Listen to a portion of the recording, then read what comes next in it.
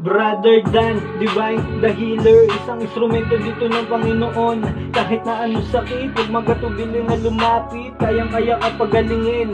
Mas mabisa ang gamutan, mabilis lang gagaling kapag malakas ang pananampalataya. Iyong paniniwala sa Diyos. Oo, yan ang ating unang isa puso. Walang imposible pag sa Kanya nagtiwala.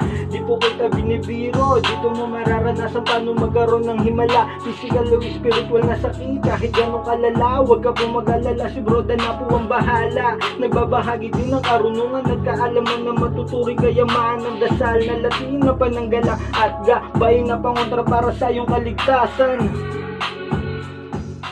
Lahat mga kapatid, narito po muli ang inyong lingkod, Brother Dan, upang magbabi sa inyo ng munting kalaman patungkol sa orasyon ng Haring Kamatayan upang harangin ng dalawang palad ng Haring Kamatayan ang bala ng baril upang ilihi sa katawan ng tao. Narito po ang orasyon.